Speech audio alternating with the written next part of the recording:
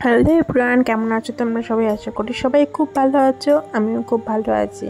সঙ্গীর পাগলামি চ্যানেলে সবাইকে আরও একবার অনেক অনেক স্বাগত।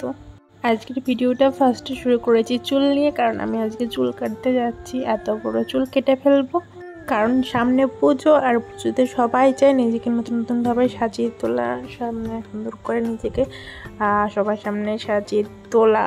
আর তার থেকেও বড় কথা, আমি এত বড় চুল সামলাতে একদমই পাচ্ছি না। চুল ভেজা থাকছে প্রচুর, তারপরে আঁচড়াতে প্রবলেম হচ্ছে। মানে আমার চুল আঁচড়াতে মিনিমাম 30-40 মিনিট এরকম, তারও বেশি টাইম লাগে। আর তার জন্য আমি চুল ঠিক মতন ছাড়তে পারি না। তারপরে আবার চুল কি বলবো, একটুখানি ছাড়লেই জট পাকিয়ে যায়। আর সব থেকে বড় কথা, চুল হচ্ছে সারাদিন শ্যাম্পু করার পরে, আমি সকালবেলা যদি শ্যাম্পু করি সারাদিন সেদিন ভেজা থাকে, আর শুকায় না।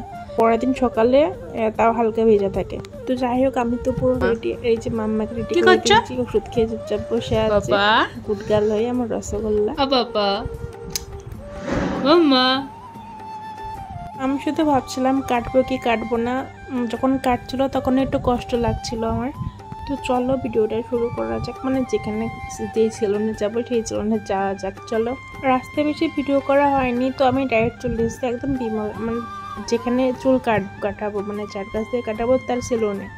যেহেতু আমার ফার্স্ট টাইম এসেছি, তো আমি ঠিক জানি না ভিডিও অ্যালাউ আছে কি নেই। তো আমি পারমিশন নিয়ে তারপরে ভিডিও করা শুরু করেছি। তো হেয়ার ওয়াশ করাটা আমি ভিডিও করতে পারিনি। আসার পরে আমাকে ফার্স্ট হেয়ার ওয়াশ করে দিল, তারপরে চুলটা ভালো করে চট ছাড়িয়ে দিল। দেন আমাকে বিমলদা, মানে যার কাছ থেকে আমি কাটাবো, তাকে আমি SMS করে নিয়েছিলাম 1 সপ্তাহ আগে যে আমি ওর কাছ থেকে কাটবো, অন্য কারোর কাছ থেকে না। আর আমার ফেসের সাথে যেটা ম্যাচ করবে সেরকম একটা হেয়ার কাট দেবো। তো এই যে দেখতে পাচ্ছ, দাদা কিন্তু পার্ট টু পার্ট, মানে স্টেপ বাই স্টেপ সব কিছু করছে। আর আমার চুলটা দেখেছো কত লম্বা, মানে টেনে ধরছে পুরোটা, তারপরে কিন্তু অনেকটা লম্বা থেকে যাচ্ছে, আঁচড়াতে পারছে না। আর আমার চুল প্রচুর জট পাকাচ্ছিলো, বারে বলছিল জট পাকাচ্ছিলো প্রচুর। চুল কাটার আগে আমাকে দেখাচ্ছিলো যে কতটা কাটবো, তো আমাকে দেখাচ্ছিলো এতটা। কিন্তু আমার মানে তখন খুব কান্না পাচ্ছিলো আমার, কেন জানি না, একটু মায়া লাগছিলো চুলের প্রতি। কাটবো না ভাবছিলাম, আবার না কেটেই যাই, এসছি যখন কেটেই যাই। ভিডিওটা করেছি, মানে হেয়ার কাটটা করেছি আমি কিন্তু আজকে 1-2 সপ্তাহ আগে। আমি নিজেই পার্থক্যটা বুঝতে পারছি। আগে যখন চুলটা ছিল আমার, তখন কিন্তু মাথা প্রচুর ভারী লাগতো, আর কী বলবো প্রচুর প্রচুর প্রবলেম হতো। এখন কিন্তু পুরো একদম মাথাটা হালকা, আর অত প্রবলেম হয় না। চুল আমি ছিঁড়ে দিয়ে ইজিলিভাবে ঘুরে বেড়াই, কোনো ব্যাপার হয় না, কোনো অসুবিধা হয় না। তো যাই হোক, কথা বলতে বলতে কিন্তু আমার চুল কাটাটা প্রায় কমপ্লিট। যদি এখানে আসতে চাও তাহলে কিন্তু অবশ্যই আগে থেকে কন্ট্যাক্ট করে এসো, কারণ প্রচুর ভিড় হয়। আমি মিনিমাম 1-2 ঘন্টা কাজ করেছি, তার মধ্যে 10-12 জনের তার বেশি ফোন SMS করেছে। আমার ইচ্ছে ছিল স্পা করা, কিন্তু মাম্মাকে নিয়ে একদমই সম্ভব না আরও 2-3 ঘন্টা বসে থাকা। যাই হোক, আমার হেয়ার কাট করার পরে আমাকে হেয়ারটা ড্রাই করে একটুখানি ক্লিপার দিয়ে, মানে ক্লিপ দিয়ে কী বলবো ওটাকে আমি ঠিক জানি না, যাই হোক একটুখানি স্টাইলিশ করে দিচ্ছে। সত্যি কথা বলতে আমার মেন যেটা দরকার ছিল সেটা হচ্ছে হেয়ার ম্যাসাজ। আমার হেয়ার ম্যাসাজ করার জন্য আমার স্পাটা দরকার ছিল, কিন্তু আমি টাইম পাইনি, সেটা করা হয়নি।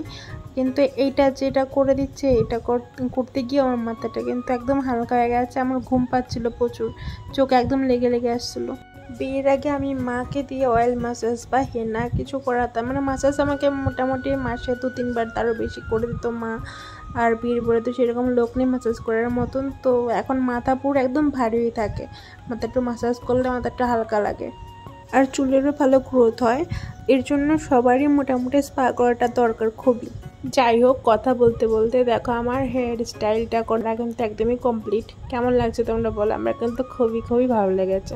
সত্যি কথা বলতে, যবের থেকে আমি চুলটা কেটেছি তবে থেকে মানে দিনে 100 বার আমি আয়নায় মুখটা দেখি, চুলটা নিয়ে একটুখানি আঁচড়া একটুখানি। আর হেয়ার কাটটা আমি একদম যেমন চেয়েছিলাম ঠিক সেরকমই পেয়েছি। দেখো পিছন থেকে দারুণ আমি পুরো একদম ফিদা। আমি নেক্সট যখন যাবো বিমলদার কাছ থেকেই কাটবো একদম। শুধু চুল কাটার না, হেয়ারের যে কোনো সার্ভিস আমি বিমলদার থেকেই করাবো। এরপরে আমরা বাড়ি চলে গেলাম, আর কোথাও যাওয়া হয়নি সেদিন, কারণ অনেক টাইম লেগে গেছে শুধু চুল কাটাতে গিয়ে। মিনিমাম 2-3 ঘন্টা লেগেছে। রাস্তায় যেতে দেখি মিছিল বেরোচ্ছে, মানে দাঁড়িয়ে আছে। LIC ব্যাংকের সামনে। বাড়ি এসে আমি এবার একটুখানি বললাম না, সব শুধু আয়নায় দেখছিলাম চুলটা। আচ্ছা তোমরা কমেন্টে জানাও আমাকে চুল কাটার পরে ভালো লাগছে নাকি চুল কাটার আগে, মানে আগে যে লম্বা চুল ছিল সেটাই ভালো লাগছে। আমার কাছে কিন্তু লম্বা চুলটাই বেশি ভালো লাগতো, কিন্তু আমি কিন্তু শান্তি পাচ্ছি এই শর্ট চুলেই। তো যাই হোক, অনেক বকাবকি করে ফেলেছি। সবাই ভালো থেকো, দেখা হচ্ছে নেক্সট ভিডিওতে। আর ভিডিওটা লাইক কমেন্ট শেয়ার অবশ্যই করে দিও। সবাই একটু সাপোর্ট করো আমাকে, তোমাদের সাপোর্টের প্রয়োজন খুব।